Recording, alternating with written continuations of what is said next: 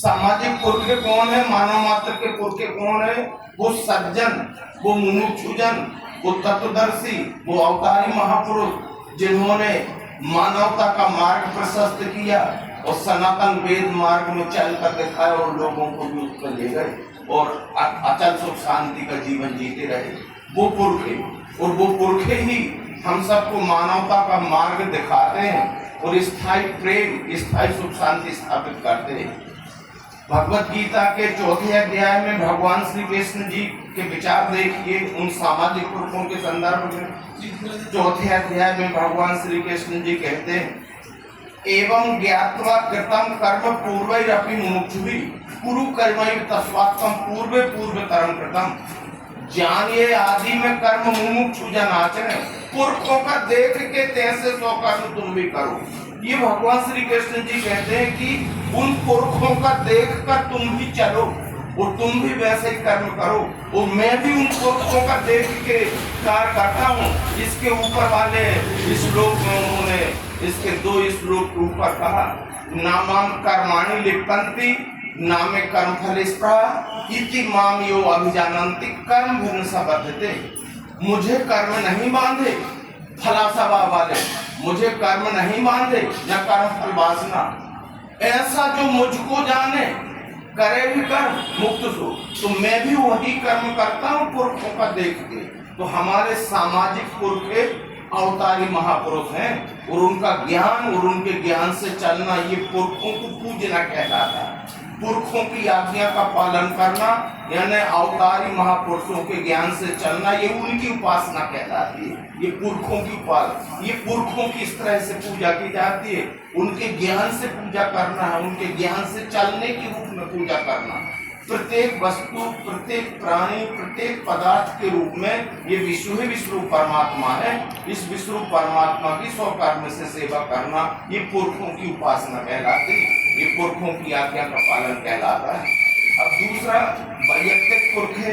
वैयक्तिक पुरखे के संदर्भ में अर्जुन ने पहले अध्याय में एक बात कही, संकरो नरकाय कुलघ्नाम कुलश्च पतंति पितरो हेसाम लुप्त पिंडोटक क्रिया। अर्जुन कहते हैं कि स्त्रियों के भ्रष्ट हो जाने के पश्चात संकर उत्पत्ति से जावे कुलघ्न कुल नरक में गिरेंगे पुरखा उनके जल पिंड क्रिया बिना। ये अवधारणा अर्जुन की कि हमारे पुरखे सब नष्ट भ्रष्ट हो जाएंगे और हमें श्रापित कर देंगे और सारा पाप हमें लगेगा। तो वो अर्जुन की अवधारणा को कृष्ण जी ने मान्य नहीं किया। कृष्ण जी को ये अवधारणा अर्जुन की मान्य नहीं है कि वो पुरखों को बिल्कुल भी पाप न लगेगा। किसी इस दूसरी जाति के स्त्री पुरुष से जो संतान पैदा होती है वो जाति संकर कहलाती है। वर्ण संकर से पाप लगता है, इससे वर्ण संकर का संबंध नहीं।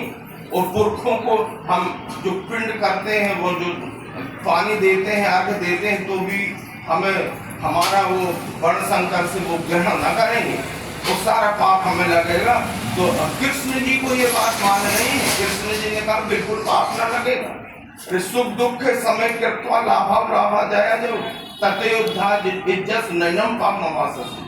सुख दुख लाभ हानि जय जय समान ही करके युद्ध में जूझो, तुम्हें पाप नहीं। यानी अपने गुण कर्म के तुम्हारा विश्व रूप की सेवा करो, तुम्हें कोई पाप नहीं लगेगा। ये अवधारणा अर्जुन की उन्होंने नकारी। और 9वें अध्याय में भी ये बात कृष्ण जी को मान्य नहीं है। पुरखों के संदर्भ में 9वें अध्याय में कृष्ण जी कहते हैं, यान्ति देवव्रता देवान पितरान्ति पितृव्रता भूताने यान्ति भूतेजा यान्ति मद्दाजी मोपिमाम।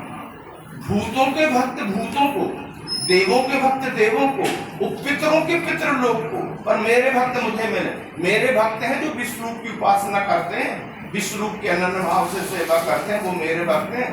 तो ये पुरखों की अवधारणा कृष्ण जी को मान्य नहीं है जिस रूप में वो आज चल रही। अब योग वासिष्ठ में भी इस बात को कहा गया है।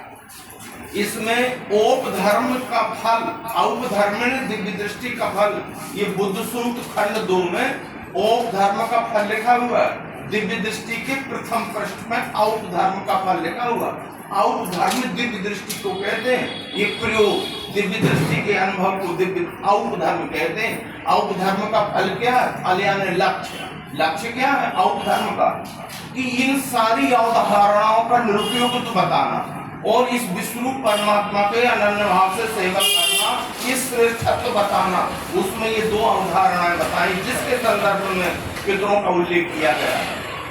योग वासिष्ठ का जो ये श्लोक उन्होंने औपधर्म के फल के रूप में प्रस्तुत किया भगवान श्रीमान चैतन्य जी ने। स्नातम तेन समस्त तीर्थ सलिला दत्ता च सर्वयोनि यज्ञ नाम चक्रतम सहस्र मछला देवास संपूजिता संसारा समुद्र स्वपत्रस, ये स्वपत्रस लोक पूज्य हुआ पैसा यस ब्रह्म विचारण क्षणमपि स्थिरम मनः प्राप्नुना।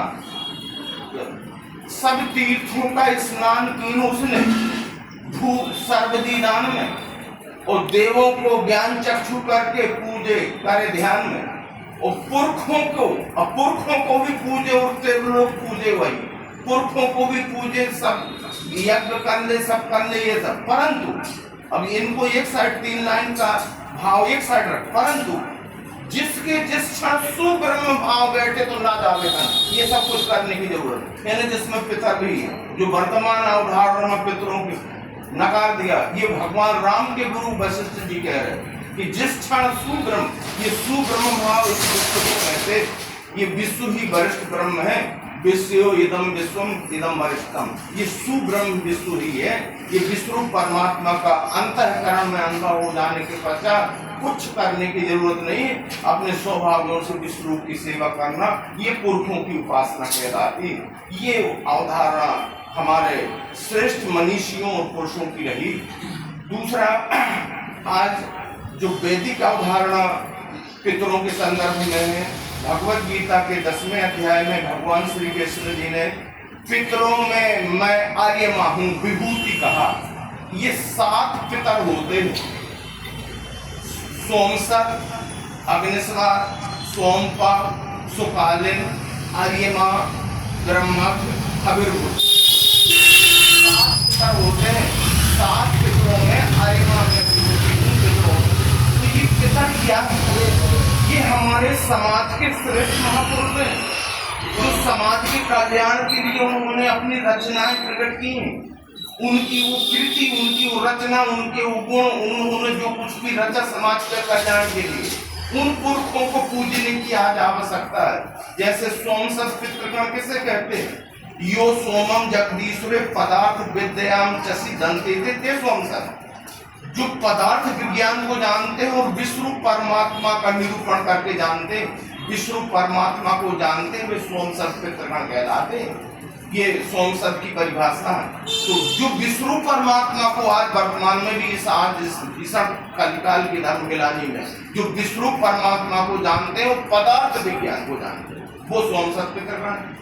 दूसरा अग्निस्वाद, यो अग्नि विद्युते विद्या गृहीत्वा अग्निस्वाद, जो अग्नि के विभिन्न प्रकार की प्रयोग और आविष्कारक हैं और जो विद्युत के, बिजली के विभिन्न प्रकार के प्रयोग और उनके आविष्कारक हैं। आज बिजली ना होती तो हम क्या करते? आज अग्नि शमन कारक यंत्र ना होते तो हम क्या करते? तो आज उनकी देखो कि जिन्होंने ये बिजली की रचना की और बिजली बनाई हम सबके सुख के वास्ते, वो हमारे पुरुष थे। तो जो विद्युत के और अग्नि के जानकार और आविष्कारक है वो अग्निस्वाद पितृगण कहलाते हैं। तीसरा सोमपा, यो सोमम ऐश्वर्यम रस पांति ओ पिबंती ते सोमपा, जो वनस्पतियों के द्रव्य गुण को विज्ञान प्रयोग से परीक्षण करके अपने स्वयं को और लोक स्वास्थ्य को यानी जनता को निरोग रखते हैं। यानी विभिन्न प्रकार की फार्मेसी में जो औषधियां निर्माण कर रहे हैं, जो चिकित्सा पद्धति से अनेक प्रकार की वनस्पतियों के द्रव्य गुण का चिकित्सा पद्धति से हमारा रोग निदान कर रहे हैं, ऐसे पितर वो हमारे समाज के लिए वंदनीय और पूजनीय, तो वो सोमपा पितृगण कहलाते हैं, जो अपने को सारे लोग जनता को निरोग रखने के लिए कार्य करते। द्रव्य गुण की वनस्पतियों की जान पहचान, बड़े बड़े चरकाचार हो गए, बड़े बड़े जो तत्वदर्शी हो गए हैं, जिन्होंने स्वास्थ्य के क्षेत्र में, चिकित्सा के क्षेत्र में जो ख्याति प्राप्त की है वो हमारे पुरखे। चौथा सुकालीन, ये सोमना काले विद्यते ते शांते ते सुकालीन, जो देश काल परिस्थिति के अनुसार समाज की शांति और व्यवस्था बनाए रखने के लिए कायदे और कानून बनाते हैं और बदलते रहते हैं, उन्हें सुकालीन पितृगण कहते हैं। आज जैसे सरकारें रहती हैं, पुराने कानून हो गए हैं, कुछ कानून आज की देश काल परिस्थिति के अनुसार जो आवश्यक रहता है उन कायदे कानूनों को बना के जनता के कल्याण के लिए, जनता के सुख के लिए वो नए कानून भी लाते हैं, नए कानून बनाते हैं, तो वो पितृगण। पांचवा आरिमा, यो दुष्टयन्ते यक्षन्ते निग्रहयन्ते ते यमनाम यरिमा ते न्यायाधीशा, जो समाज में अशांति और अव्यवस्था फैलाने वाले अन्य शत्रु हैं, उनको यमराज के समान कठोर दंड देते हैं, जैसे बड़े बड़े जज और न्यायाधीश। पूर्व काल में अभी आपने देखा होगा, बहुत से समाज के धर्म के नाम पर बड़े तथाकथित विद्वान कहे जाने वाले आज सीटों के अंदर पड़े हुए हैं, पर उन न्यायाधीशों के सामने दो बातें आई थी कि आपको पृथ्वी का कौन सा द्रव्य धन चाहिए, कितना चाहिए, आप ले लो, ऊपर हमारे पक्ष में न्याय करना, हम हमारे विरोध में न्याय मत बोल देना। और नहीं तो पृथ्वी में, दूसरी बात भी आ गई थी उनकी, तो पृथ्वी में जिंदा नहीं रहोगे। पर जजों ने ये सब परवाह न करते हुए अपना निर्णय यथार्थ और सत्य रीति से कि समाज का उद्धार करने के वास्ते उन जजों को सबको नमन करना चाहिए, जिन्होंने ऐसे दुष्कृत करने वालों को छोड़ा नहीं, उपनिष्ठ किया और आज जेलों में वो पड़े। तो ये न्यायाधीश जो जजमेंट करते हैं, जो समाज की शांति और व्यवस्था बनाए रखने के लिए यमराज के समान कठोर दंड देते हैं। अपराधी को छोड़ना नहीं है रिश्वत लेकर के, और निरपराधी को फंसाना नहीं, जरूर दंड देना।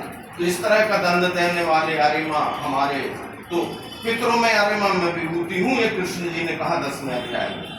अब दूसरा आगे जो ब्रह्मज्ञ है, ब्रह्म एव इदम विश्वम इदम वरिष्ठम, ब्रह्म निरूपण का अपरोक्ष विज्ञान उपदेश देकर जो विश्व परमात्मा की दिव्य चक्षु योग से जान पहचान कराते हैं, जैसे अभी देवी जी ने कराया, ये सब ब्रह्मज्ञ, ब्रह्म के जानकार ब्रह्मज्ञ पितृगण कहलाते हैं। ऐसे ब्रह्मज्ञ पितृगणों की उपासना, उनकी सेवा शुश्रूषा करने से स्थायी सुख शांति की प्राप्ति होती है, ये ब्रह्मज्ञ पितृगण कहलाते हैं। सातवां बिल्कुल, जो आज मांसाहार का सेवन नहीं करते और जो मादक वस्तुओं का सेवन नहीं करते, वो हविर्भूत पितृगण कहलाते हैं। आज समाज के वो लोग जो मांसाहार और मादक वस्तुओं से दूर रहते हैं, वो समाज के रचनात्मक कार्यों में लगे रहते हैं, समाज की स्थायी सुख शांति के लिए लगे रहते हैं, उनको हम हविर्भूत पितृगण कहते हैं। ये है सामाजिक पुरखों की वैदिक परिभाषा, ये है सामाजिक पुरख। और बाकी के जो व्यक्तिगत पुरखों में हमारे पूर्वज और उनके नाम पे आज जो भी परंपरा प्रचलन में है, हम उनका किसी प्रकार से कोई उनकी निंदा नहीं करेंगे, पर वो कालांतर में ये जो बातें रहती हैं वो प्रकृति ही इनके विपरीत किस प्रकार का स्वरूप धारण कर लेती हैं। तो आज समझने का मौका आ गया है, समझने का समय आ गया है कि यथार्थ क्या है, ये जानने का जरूर समय आ गया है। तो ये है पितरों के संदर्भ में। दूसरा, श्राद्ध और तर्पण किसे कहते हैं। श्राद्ध की जो परिभाषा दी गई है, श्रद्ध सद्यम दधाति या श्रद्धा यत्कृते तत्श्राद्धम, जिस क्रिया से सत्य का ग्रहण होता है, यानी जिस कर्म के द्वारा सत्य का ग्रहण होता है, उसे श्रद्धा कहते हैं। और श्रद्धा यत्कृते तत्श्राद्धम, और श्रद्धा पूर्वक जो हमारे पूर्वज हैं, हमारे घर के श्रेष्ठ अतिथि हैं, हमारे माता पिता हैं, उनके प्रति श्रद्धा रखना, जीवित अवस्था में उनके प्रति श्रद्धा रखना, उनकी सेवा शुश्रूषा करना, ये श्राद्ध कहलाता।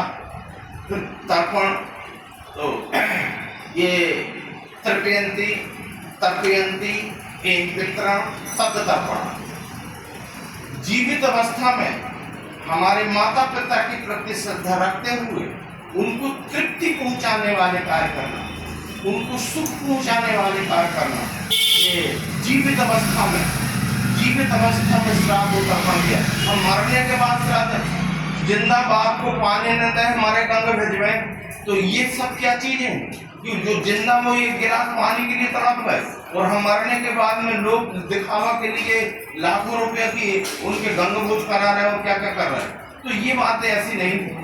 जीवित अवस्था में ही श्राद्ध तर्पण का विषय था कि जीवित अवस्था में हमारे माता पिता के, हमारे श्रेष्ठ जनों के प्रति श्रद्धा रखना, आदर रखना, उनको तृप्ति पहुंचाने वाले कार्य करना, ये वास्तव में श्राद्ध तर्पण कहलाता।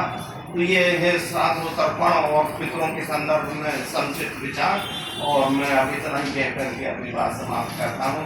अब हम हमारे आचार्य सुरेंद्रानंद जी से निवेदन करते हैं कि वो सद्गुरु